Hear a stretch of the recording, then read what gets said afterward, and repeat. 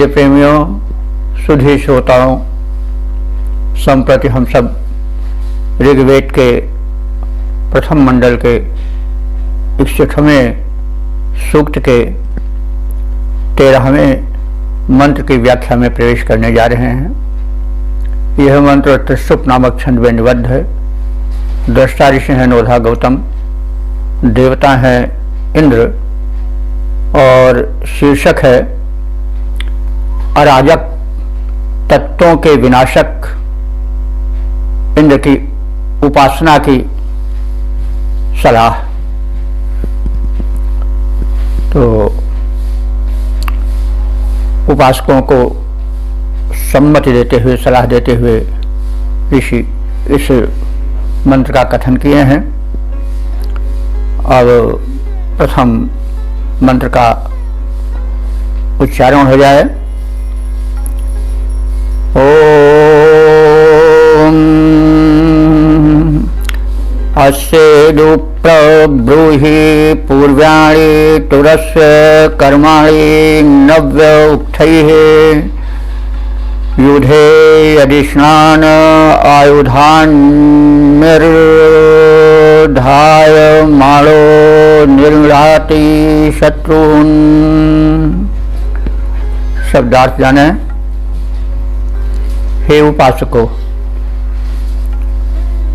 उक्थैः नव्यैः,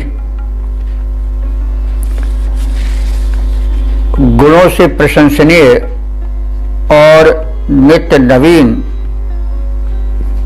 दिखते हुए इंद्रदेव की उपासना नए नए स्तोत्रों से करो।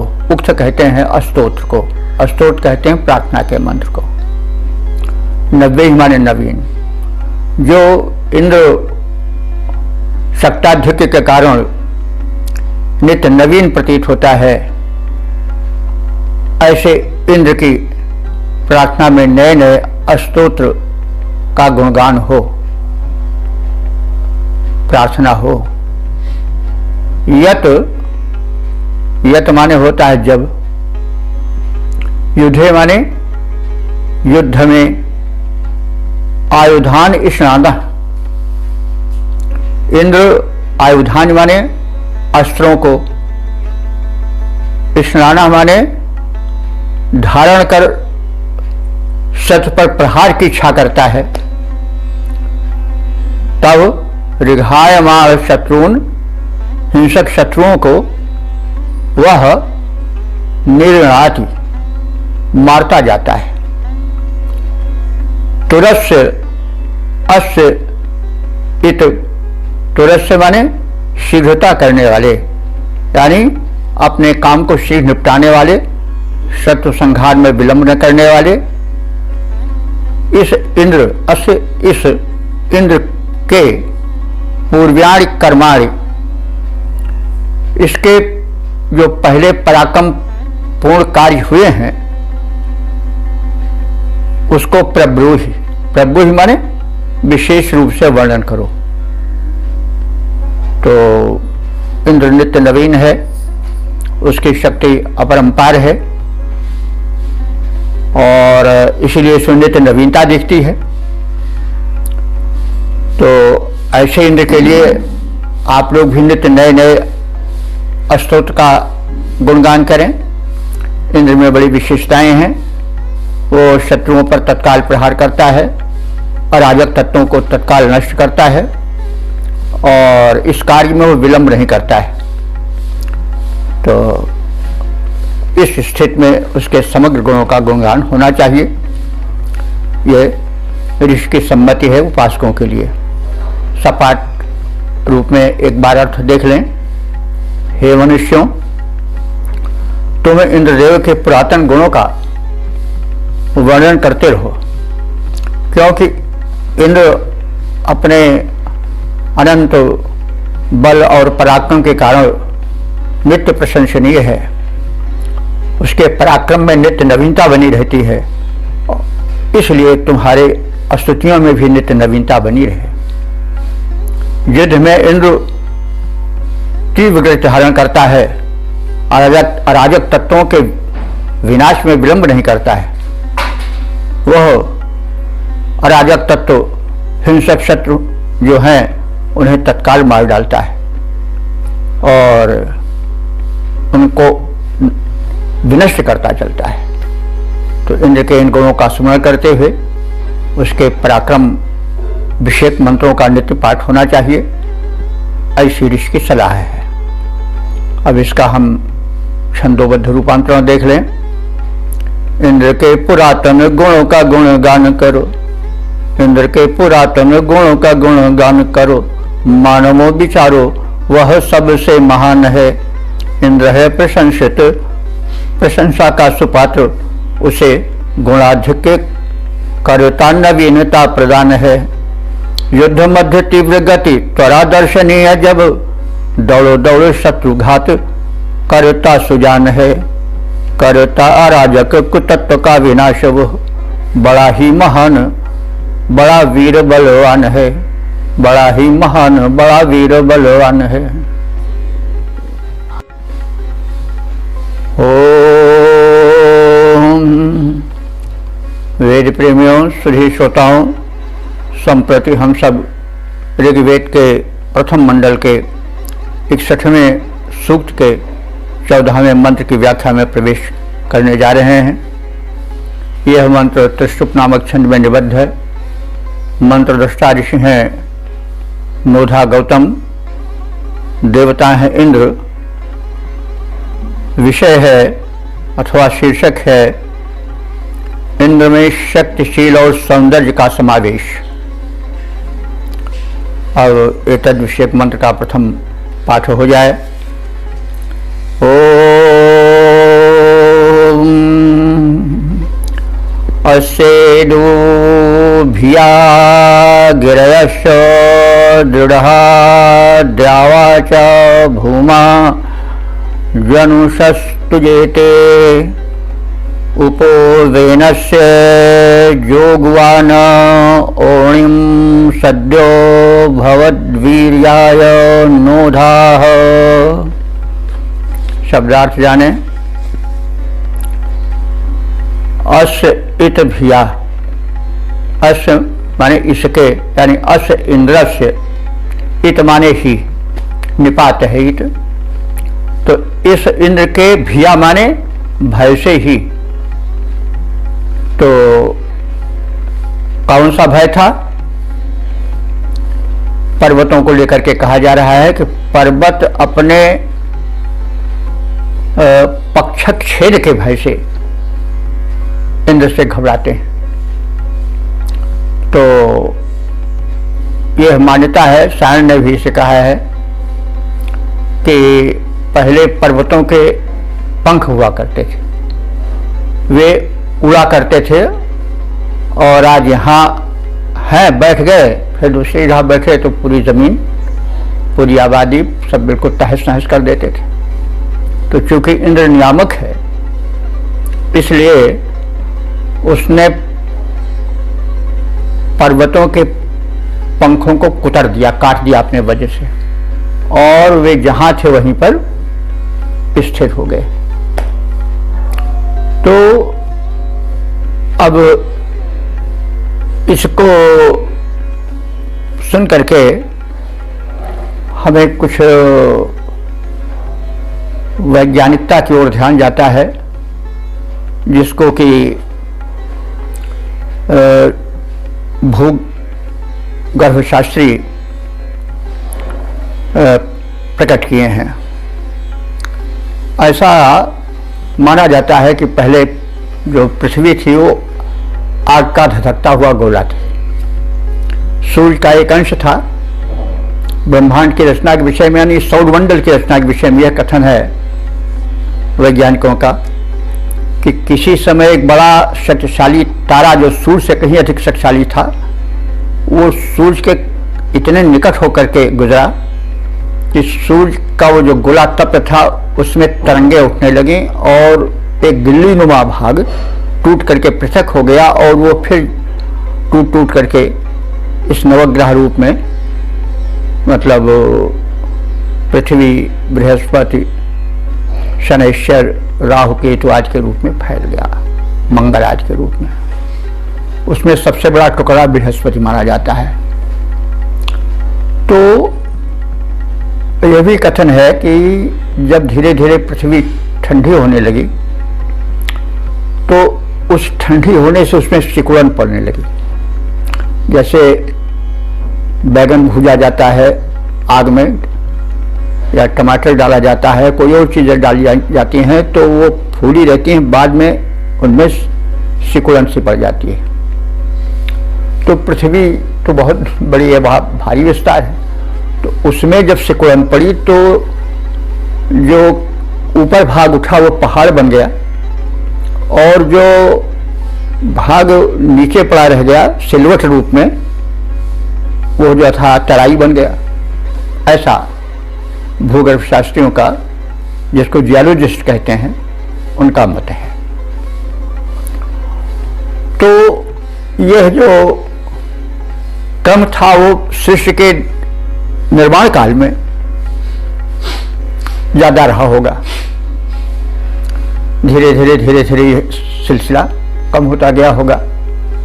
धरती की ऊपरी परत जो है वो काफी ठंडी हो गई, उसमें सिकुड़न पड़ी, वही पर्वत बन गए, नीचे वाला भाग खाड़ी बन गया, और फिर उसके बाद सृष्टि का विकास हुआ।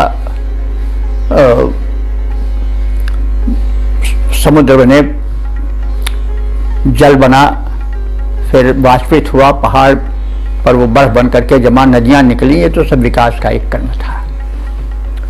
तो इस मंत्र को देख करके हमें जियोलॉजिस्ट की इस बात की ओर, उसकी वैज्ञानिकता की ओर ध्यान चला गया।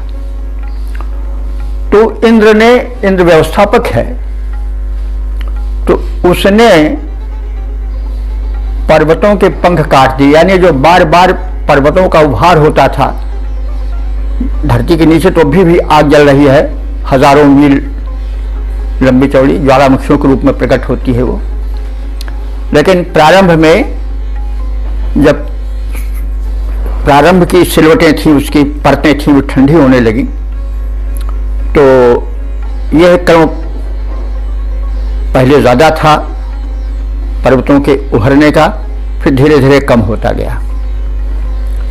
बाद में कुछ पहाड़ बने, प्रसंगवश कह दे रहा हूं, जैसे हिमालय और आल्प्स पर्वत यूरोप में है। ये दोनों पर्वत पर्वतदार पर्वत कहे जाते हैं। ये उस क्रम से नहीं बने जिस क्रम से अन्य पर्वत बने हैं, जैसे विंध्याचल वगैरह बने हैं और पर्वत बने हैं। ये धरती के परतों में कुछ ऐसी हलचल हुई भीतरी कि उभार हो गया। बहुत बाद में कहा जाता है कि हिमालय जहाँ पर है वहाँ पर पहले समुद्र फैला हुआ था, और इस धरती के भीतरी परतों के कुछ हलचल से जो भाग उभरा वो हिमालय हो गया। इस तरह से आज के विषय में भी है। इसके लिए वैज्ञानिक लोग अपनी सम्मति प्रकट करते हैं, प्रमाण देते हैं कि हिमालय की ऊंची ऊंची चोटियों पर जो जल जीव हैं उनकी अस्थियां पाई गई हैं। अपने मत के समर्थन में वो यह तर्क देते हैं। खैर, यह हमने ऋषि की कल्पना और वैज्ञानिकता के तालमेल को बैठाने के लिए बात बताई। तो अब जो एक बात चल पड़ी है वो यह है कि इंद्र जो है वो मतलब पक्षच्छिद है। पर्वत जिनके पहले पंखे हुआ करते थे उसको इंद्र ने काट दिया, और पर्वत जहां थे वहीं स्थिर हो गए। तो इसके पीछे यही बात है कि व्यवस्थापक तो इंद्र है, उसी ने किया, धरती होती गई, तो उसको एक आलंकारिक रूप में कह दिया गया है, क्योंकि वेद एक काव्य भी है। कई बार हम कह चुके हैं, ऋग्वेद में एक जगह है कि पश्य देव से काव्यम यो मबाल न जीर्यति। यह ऋग्वेद जो है देव काव्य है। तो काव्य में कल्पना भी होती है, सीधी सीधी बात को कल्पना में बांध करके प्रस्तुत किया जाता है, तो बाद में धीरे धीरे वो रूढ़ हो जाती है। तो यह रूढ़ हो गई कि पर्वत पहले पंखधारी थे।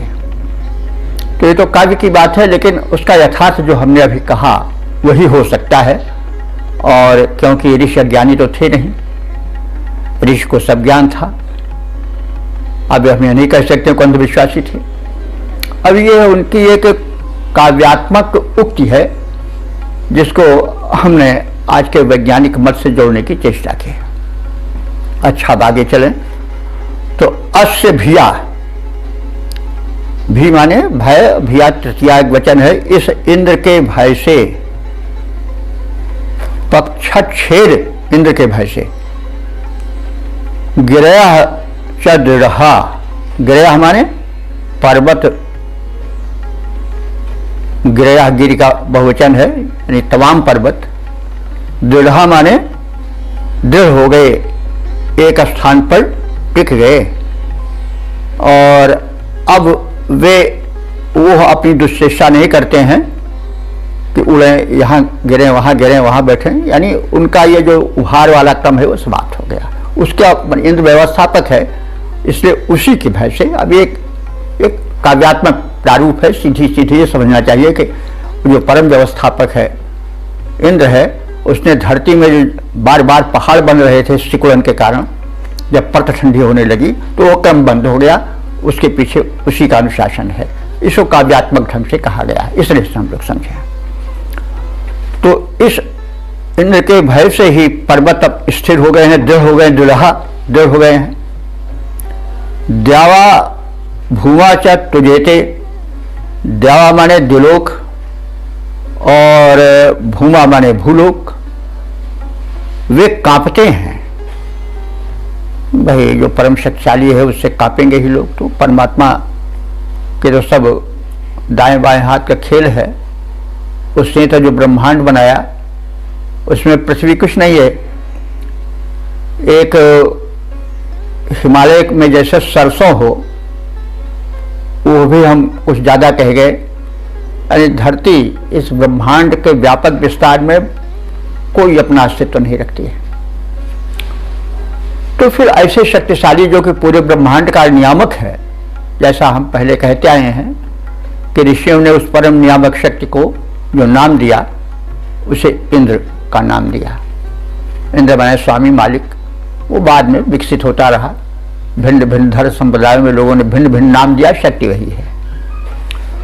तो उस परम नियामक इंद्र के भय से पर्वत हिलुल नहीं पाते हैं, स्थिर हैं। और जो द्युलोक हैं और जो भूलोक हैं, जिनका विस्तार अनंत है, वे भी कंपित रहते हैं, मनमानी नहीं कर पाते हैं। यह मतलब है। अगर उसका अनुशासन न होता तो फिर सभी ग्रहों का परिभ्रमण पथ अपने अपने हिसाब से चलने लगते, सारी सृष्टि की नियमन यानी व्यवस्था ही समाप्त हो जाती। तो व्यवस्था क्यों है? सब भय से है। भय न हो तो व्यवस्था नहीं रहेगी। शासन चल रहा है तो भय से चल रहा है, आदमी अनुशासित हो भय से अनुशासित है। कोई भी भय हो, लोक का भय हो, परलोक का भय हो, तमाम निकट भी हम करेंगे गलत, हमको उस लोक में भोगना पड़ेगा, तो है तो भय ही। तो कहने तो भय ही आदमी को सही रास्ते पर लाती है। इसलिए भय बिन होए न प्रीति, तुलसीदास जी ने एक सूत्र सिद्धांत कह दिया है। तो इसलिए भय का होना बड़ा आवश्यक है। जब लोग बिल्कुल निरंकुश हो जाते हैं तो मामला बिगड़ जाता है, चाहे जहां हो, चाहे राष्ट्र हो, चाहे परिवार हो, कुछ हो। इसलिए एक अनुशासन रहना चाहिए, वह भय ही है एक प्रकार का। तो उस इंद्र के अनुशासन में द्युलोक और भूलोक सब हैं और सब कंपित रहते हैं, इसीलिए नियमबद्ध रूप से चलते हैं। यह भय न होता तो लोग नियमों का उल्लंघन करते, सृष्टि का संचालन कठिन हो जाता। जो एक व्यवस्था है वो भय के कारण है, और वो भय इंद्र के का भय है। और इंद्र कौन है? सर्वोच्च सत्ता है। तो अब ऐसे इंद्र के विषय में ऋषि की सम्मति है कि जोगवाना नोधा। जोगवाना माने गुणगान करने वाला, गुण गायक। कौन? नोधा। नोधा आप सब जानते हैं, नोधा ऋषि है नहीं? तो जैसा हमने पहले बताया कि इस मंत्र के बल्कि पूरे सूक्त के दृष्टा जो हैं वो नोधा गौतम है। तो नोधा तो उनका मूल नाम है, गौतम उनकी पदवी है जो गौतम वंशीय होने के कारण दी गई है। तो अपना नाम यहां दे रहे हैं कि इन्हीं सब गुणों के कारण हम नोधा नाम के ऋषि इंद्र के गुण वर्णन में तल्लीन रहते हैं। इंद्र कैसा है? केवल शक्तिशाली ही नहीं है, एक शक्ति तो दैत्यों के पास भी होती है, कम शक्ति नहीं होती, लेकिन इंद्र शक्ति के साथ साथ शीलवान भी है, आचरणशील भी है इसमें, और सौंदर्य भी है। यही व्यक्तित्व में महत्ता लाती है। केवल शक्ति ही और बड़ा भयावना हुआ चेहरा तो भी काम नहीं बनता है। अगर शील माने सदाचार न हुआ तो भी शक्ति राक्षसी हो जाती है। तो इंद्र जो है वह नोधा ऋषि बता रहे हैं कि मैंने जिस रूप में उसे देखा है, अनुभव किया है, वो वेनस से माने बड़ा ही स्वरूप है। और ओणिम माने रक्षण में तत्पर रहने वाला है। तो यहाँ शक्तिशील और सौंदर्य तीनों का समागम इंद्र में दिखाया गया है, जो कि व्यक्तित्व को महान बनाता है, जो कि उसको देवत्व प्रदान करता है। शक्ति अगर शील और सौंदर्य न रही तो फिर वो राक्षसी हो जाती है। तो ये जो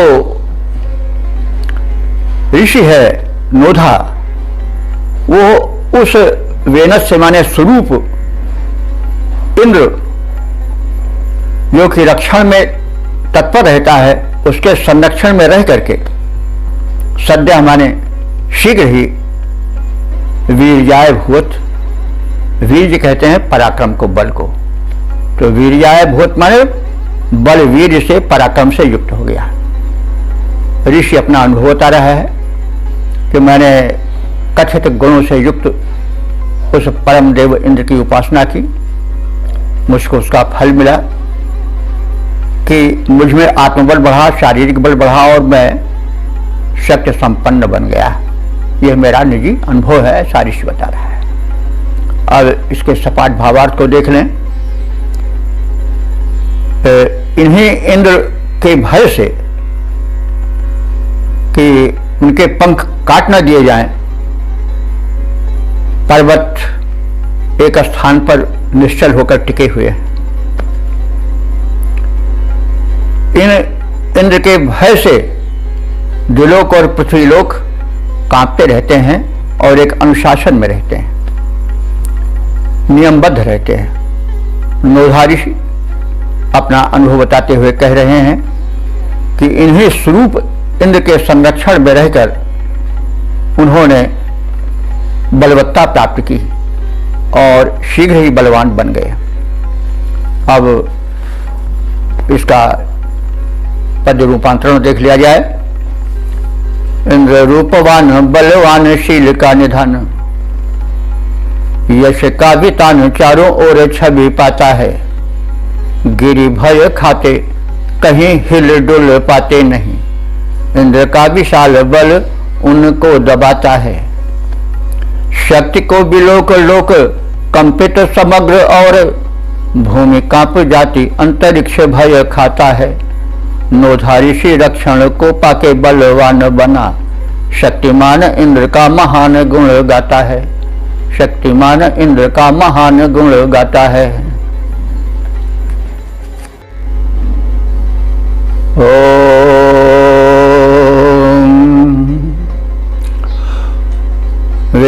एवं सुधी श्रोताओं, संप्रति हम सब ऋग्वेद के प्रथम मंडल के 61वें सूक्त के 15वें मंत्र की व्याख्या में प्रवेश करने जा रहे हैं।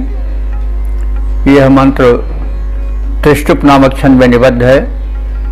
मंत्र दृष्टा ऋषि हैं नोधा गौतम और देवता हैं इंद्र। शीर्षक है उपासकों के रक्षक इंद्र। अब प्रथम संबंधित मंत्र का पाठ हो जाए। ओम अस्मा इदु तदनु दाये शामेको यद्वग्ने भूरे ईशानः प्रैतशं सूर्ये पस्प्रधानं सौवस्वे शिष्यमावदिन्द्रः। शब्दार्थ जाने। अस्मा, अस्मा माने इसके लिए। एकः भूरे ईशानः, एकः माने अकेला और भूरे ईशाना, इंद्र जो है अकेला है, लेकिन वो भूरि माने अनंत, धनों का ईशान है। ईशान माने स्वामी। तो जैसा कहा गया कि इंद्र इतना समर्थ है कि वो अकेला होते हुए भी अनंत वैभवों का, धनैश्वर्यों का स्वामी है। यत ववने, यत माने जो, ववने माने इच्छा करता है, यानी जिस प्रकार के स्तोत्र सुनने की उसे इच्छा होती है। त्यत माने उस प्रकार के स्तोत्र को, एशाम माने ये स्तोतागण, अस्मय इत इस इंद्र के लिए ही अदाई माने गान के रूप में प्रदान करते हैं। इंद्र, इंद्र ने ही सौवस्वे सूर्य, एक उदाहरण दिया जा रहा है इंद्र के पराक्रम का और भक्तों के रक्षा का। एक सवस्व नाम के राजा थे, उनके एक पुत्र था जिसका नाम सूर्य था। तो सौवस्वे सूर्य,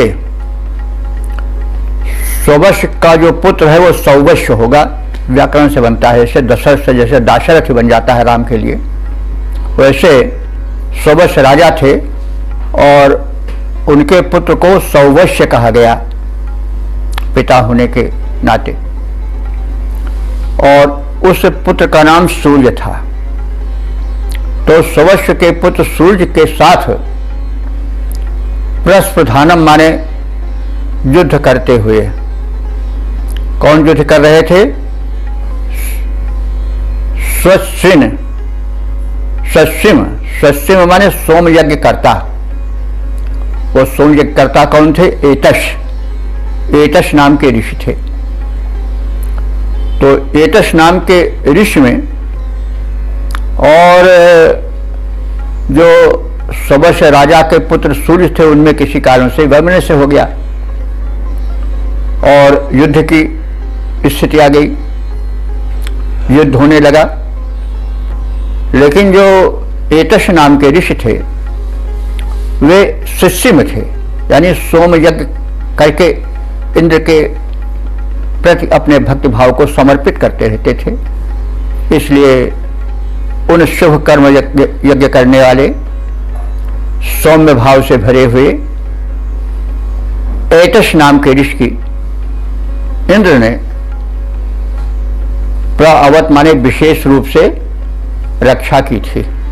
एक उदाहरण है कि इंद्र में रक्षण वृत्ति प्रधान है। जब उसे कोई यानी उसके भक्त को कोई अहंकारी व्यक्ति अपने अहंकार में भर करके सताता है, युद्ध के लिए ललकारता है, तो उस समय इंद्र शांत नहीं रहता है। वो सौम्य भाव से यज्ञ करने वाले, सोम यज्ञ अथवा सत्कर्म करने वाले की रक्षा के लिए आगे आता है और जो अहंकारवश भक्त को ऋषि मेधा वाले व्यक्ति तपस्वी को सताता है, तो इंद्र तत्काल रक्षण के लिए आगे आ जाता है। यही इस मंत्र में बताया गया है। अब सपाट भावार्थ देख लें। इंद्र अकेले ही अनेक धनों का स्वामी है। जिस भाव की इच्छा इंद्र करते हैं कि हमारे इस भाव से संबंधित स्तोत्र कहे जाएं, भक्त उनके इच्छा का अनुसरण करके, उसका अनुगमन करके, परिज्ञान प्राप्त करके तदनुसार इंद्र की प्रसन्नता हेतु स्तुति के मंत्र अर्पित करते हैं। इंद्रदेव जो सोमयाजी हैं, सौम्य भाव से सत्कर्म करते हैं, उनके रक्षण में सदैव तत्पर रहते हैं। उदाहरण प्रस्तुत कर रहा है ऋषि कि राजा सुवश्य थे, उनके पुत्र सूर्य नाम के कोई राजा थे और वे ऐतश नाम के सोमयाजी ऋषि पर आक्रमण कर दिए, उसे युद्ध में डाल दिए। तो इस स्थिति में इंद्र ने अपने उस सत्कर्मी भक्त की रक्षा के लिए अपने को आगे बढ़ाया और उस सुवश्य पुत्र सूर्य को पीछे हटने के लिए बाध्य कर दिया और इस प्रकार से ऐतश नाम के ऋषि की रक्षा इंद्र ने की। इस वृत्तांत द्वारा इंद्र की प्रवृत्ति का कथन किया गया, उसके रक्षण परक रूप को उजागर किया गया। और इसका पद्य रूपांतरण देख लिया जाए। इंद्रदेव एकाकी ही हैं, बहु ऐश्वर्यों के स्वामी, स्तोता उनके अनुचर हैं, उनके सच्चे हैं अनुगामी। जिस स्तोत्र की श्रवण इच्छा मघवा के मन में हो जाती, स्तोता की रचना उसको गायन करके अति सुख पाती। स्वस्य पुत्र रवि से संकर में, संगर युद्ध में, स्वस्य पुत्र रवि से संगर में संकट जब मंडराया था, सोमयज्ञ का कर्ता ऐतश ऋषि को मघवा ने बचाया था। इंद्र अकेले ही रण सक्षम, यश उनका बहुआयामी। इंद्रदेव एकाकी ही हैं, बहु ऐश्वर्यों के स्वामी।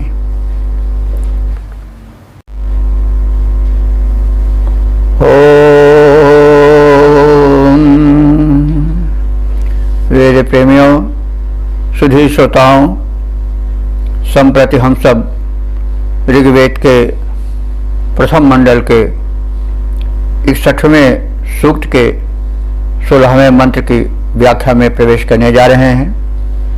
यह मंत्र इस सूक्त का समापन वाला मंत्र है। इसमें ऋषि अपने उपास्य इंद्रदेव को प्रातःकालीन यज्ञ में आमंत्रण देता है और उसके गुणों का वर्णन करता है, जैसा कि मंत्र की प्रवृत्ति होती है।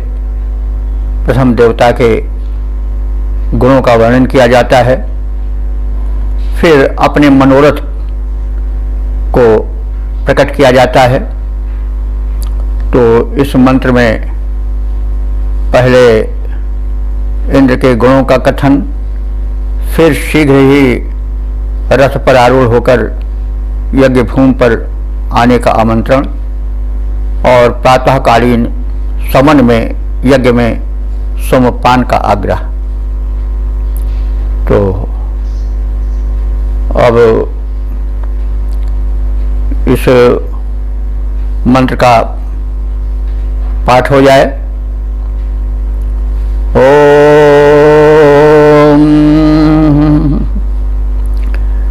एवाते हारि योजना सुवृत्तीन्द्र ब्रह्माणि गोतमासो अक्रणं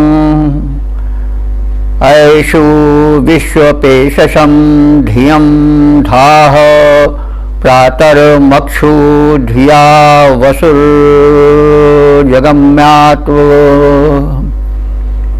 शब्दार्थ से परिचय प्राप्त करें। हरि योजना इंद्र, हारि योजना इंद्र, यह इंद्र का विशेषण पूर्ण संबोधन है। हरि से हारि बनता है। हरि कहते हैं घोड़े को, इंद्र के घोड़े को हरि कहा जाता है। और हरि की परिभाषा भी बताई गई है पहले कि उसे हरि क्यों कहा जाता है।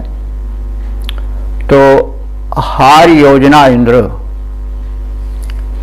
हरि से हारि बना है, यानी अश्वों को हरि, जैसा पहले कहा जा चुका है, हरंती स्ववेगेन अध्वानम इति हरि, यानी इतने तेज वे दौड़ते हैं कि समझ पड़ रहा है कि पथ को छीन लेंगे, हरण कर लेंगे। तीव्रता का बोधक है। तो उनके अश्व जो हैं हरित्व के गुण से संपन्न होने के कारण हारि कहे जा रहे हैं। तो हारि योजना यानी जो अश्व योजन माने जुड़ जाते हैं शीघ्र ही रथ में, ऐसे सधे होते हैं। तो इन सधे हुए शीघ्रगामी अश्वों से युक्त रथ से हे इंद्र तुम शीघ्र ही आओ। गोतमासः, गोतमासः कहते हैं गौतम गोत्रीय ऋषि अथवा गौतम के पुत्र ऋषि। तो मूल ऋषि तो गौतम हैं, तो जो गौतम के खानदान में हुए हैं, कुल में हुए हैं, वे गौतम कहे जाते हैं। तो गौतमासः माने गौतम के पुत्र यानी गौतम ऋषिगण। गौतम किसी एक का नाम नहीं है, लोग यही जानते हैं कि गौतम एक ही का नहीं, वो गौतम नाम है मूल। गौतम के गोत्र में या उनके पुत्र आदि जो हुए वो सब गौतम कहे गए।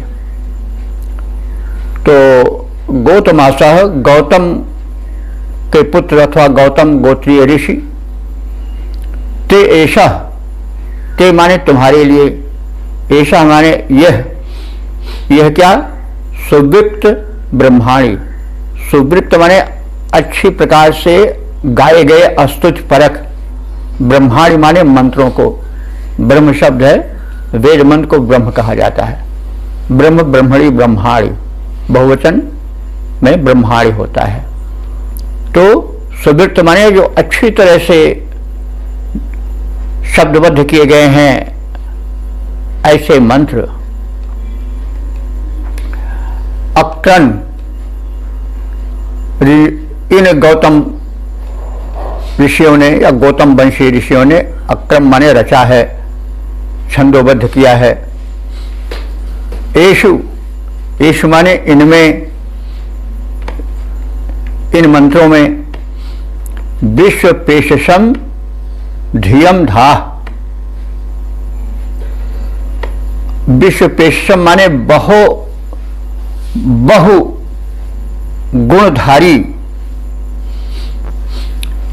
विचार हैं, और इनको सुन करके हम गौतमों में यानी गौतम वंशी ऋषियों में आप उत्तम बुद्धियां धारण कराएं। जो हम आपकी स्तुति कर रहे हैं उसका फल यह हो कि हम गौतम गोत्रीय ऋषिगण उत्तम बुद्धियां धारण करें,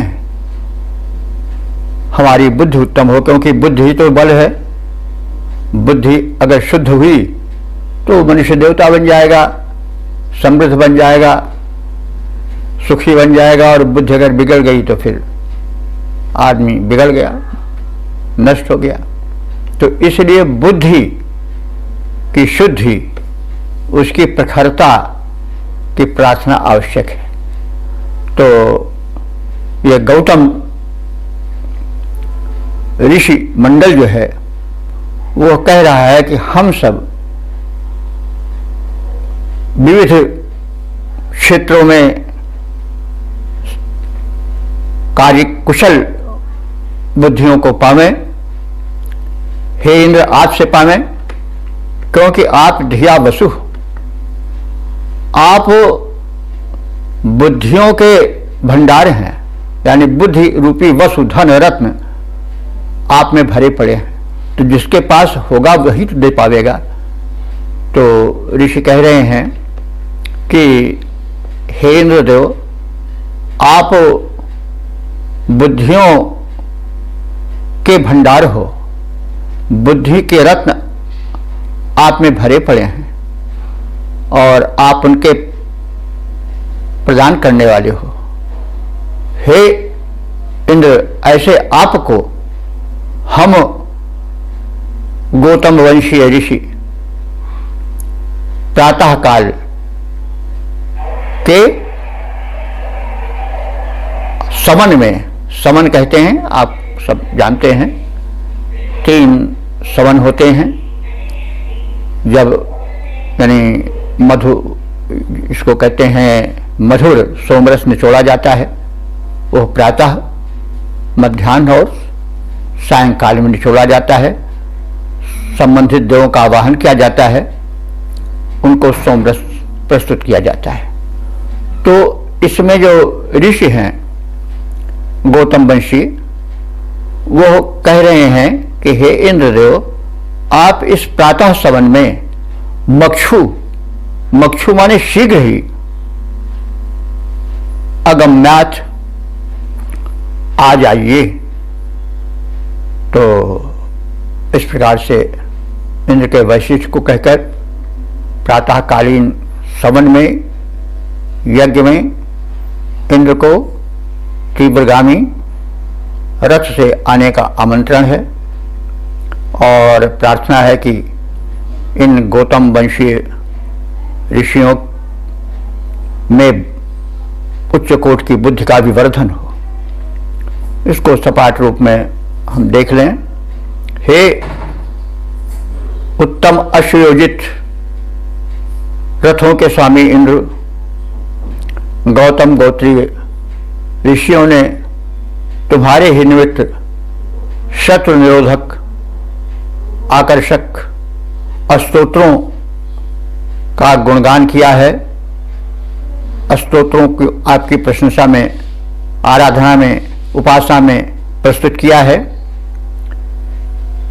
इन ऋषियों को, इन अपने उपासकों को बहुविध मानी उपयोगी अनेक प्रकार की बुद्धियों को कृपया प्रदान करो। हे इंद्र, तुम बुद्धि के वैभव से संयुक्त हो, पूर्ण वैभवान हो, उसके आकर हो, कोश रूप हो, और ऐसे इंद्र आप हमारे प्रातःकालीन यज्ञ में सोमपानार्थ शीघ्र ही पधारो। तो पद रूपांतरण इस प्रकार से देखें। अश्वों से योजित रथ पर चढ़, हे इंद्र देवता आ जाओ।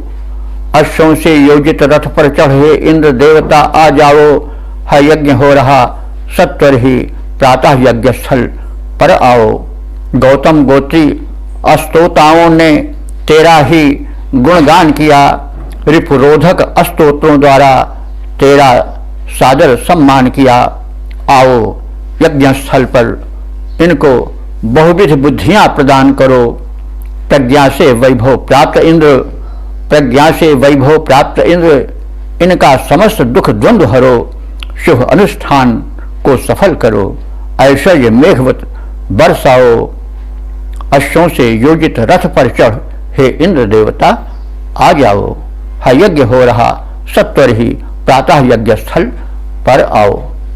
तो इस प्रकार से इस 61वें सूक्त का समापन हो गया। इसके विषय में हम थोड़ा परिचय प्राप्त कर लें। यह ऋग्वेद के प्रथम मंडल का जो 61वां सूक्त है, इसमें कुल 16 मंत्र हैं जो अभी अभी व्याख्यायित हो चुके हैं, और अब तक जो व्याख्यायित मंत्र हैं वे 708 संख्या वाले हैं, यानी 708 संख्यक मंत्रों की प्रारंभ से लेकर के अब तक एक तरफ से व्याख्या हो चुकी है। अब इस 61वें सूक्त के जो मंत्र हैं वो त्रिश्रुप नामक छंद में निबद्ध हैं। मंत्र दृष्टा ऋषिनोधा गौतम हैं और देवता इंद्र हैं। विषय इसका इस प्रकार से है। पहले मंत्र में इंद्र देव से स्तुतिपूर्वक हव्य ग्रहण की प्रार्थना है। दूसरे मंत्र में शत्रु विनाशक इंद्र की स्तुति है। तीसरे में इंद्र की महिमा वर्धन विषय चर्चा है। चौथे में मनोयोग पूर्वक इंद्र की स्तुति हो, ऐसी सलाह भक्तों को दी गई है। और पांचवें मंत्र में धनेच्छुक इंद्र की स्तुति करें, यह सलाह है। और छठवें मंत्र में त्वष्टा निर्मित वज्र इंद्र का मुख्य आयुध है, अस्त्र है, इसका कथन है। सातवें मंत्र में इंद्र के प्रशस्त कर्मों का उल्लेख है। और आठवें मंत्र में इंद्र की अपार महिमा का दिग्दर्शन है। नवें मंत्र में इंद्र की अपार महिमा का दिग्दर्शन है। और 10वें मंत्र में वृत्त बधकर्ता लोकोपकारी इंद्र के प्रारूप की झलक है। और 11वें मंत्र में इंद्र को नदियों के प्रवाह को स्थिर करने वाला बताया गया है। वो जल की व्यवस्था करता है, नदियों के प्रवाह पथ को सुनिश्चित करता है, ऐसा कहा गया है। और 12वें मंत्र में सुख समृद्धि दाता इंद्र और विघ्न नाशक इंद्र का चित्रण है। और 13वें मंत्र में आराधक तत्वों के विनाशक इंद्र का चित्र है। और 14वें मंत्र में इंद्र में शक्तिशील सौंदर्य का समन्वयन दिखाया गया है। 15वें मंत्र में इंद्र की उपासना भक्त करें, क्योंकि वे संकट में रक्षक बनकर खड़े हो जाते हैं। और अंतिम मंत्र में 16वें मंत्र में गौतम गोत्री ऋषियों की प्रार्थना है कि वे प्रातःकालीन यज्ञ में, यानी इंद्र प्रातःकालीन यज्ञ में पधारें और उन्हें सद्बुद्धि प्रदान करें और इस प्रकार से उनके जीवन को सुखी बनावें।